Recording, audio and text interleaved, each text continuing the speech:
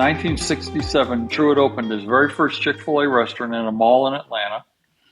It was a booming success. He opened another one within a year in Savannah. Same thing happened. The architect design consultant he was using was a guy by the name of Jimmy Collins.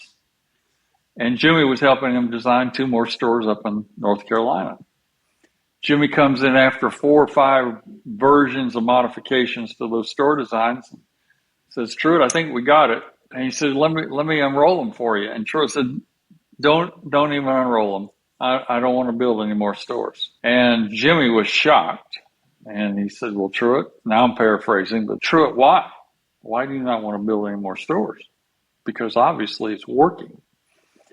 He said, well, these managers are calling me with questions and problems, and quite frankly, I don't want to be bothered with it. I'm perfectly satisfied with the Dwarf House, which was his original diner, and these first 2 stores. I'm not doing this to get rich. So if this turns out to be more hassle than it's worth, I just don't want to build any more stores. That led to the 2 of those guys designing what I referred to as the operator model, which abandoned the traditional fast food manager that you see in these other restaurants, still to this day. I will just describe to the operator model, the one they designed is exactly the same as it is today. Chick-fil-A finds a location for a restaurant, mall, street, airport, doesn't matter.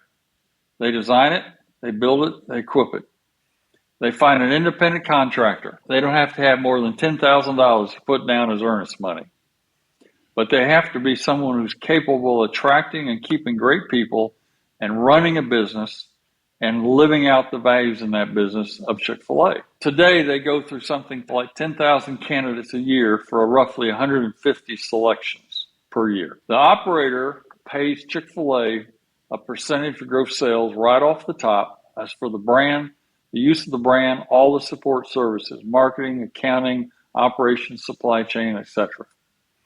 After all the expenses flow through the P&L of that store, they split pre-tax operating profit 50-50. The operator's income is half net, so Chick-fil-A is getting revenue, a percentage off the top, and they're half net. And also in the P&L, Chick-fil-A is collecting rent on those assets that they built. So the operator is not a capital invested partner, but they're an emotionally totally invested partner in the business. They have to operate, run, and lead that restaurant. They cannot be a passive leader or passive investor. When I joined Chick-fil-A, the average Chick-fil-A operator was making roughly $40,000 from their half net. This past year, the average Chick-fil-A operator made roughly $750,000. The deal has not changed at all. The very fact that the operator deal has not changed was intentional to retain operator trust. If I grow my sales, half of every net profit dollar I gain, I get to take home. I can trust that deal. I can also trust Chick-fil-A to take care of the assets. Any investment to keep those assets fresh, relevant to the customer, that money comes from Chick-fil-A Incorporated. Why do you experience great people and a consistent experience in the restaurant?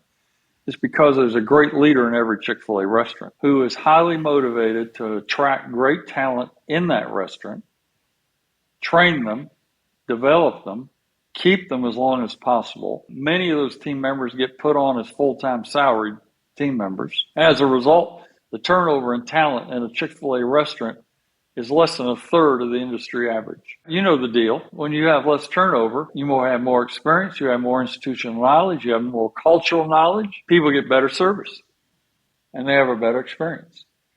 But the fact that the boss is in the restaurant is the underpinning reason why you have a better experience at a Chick-fil-A restaurant.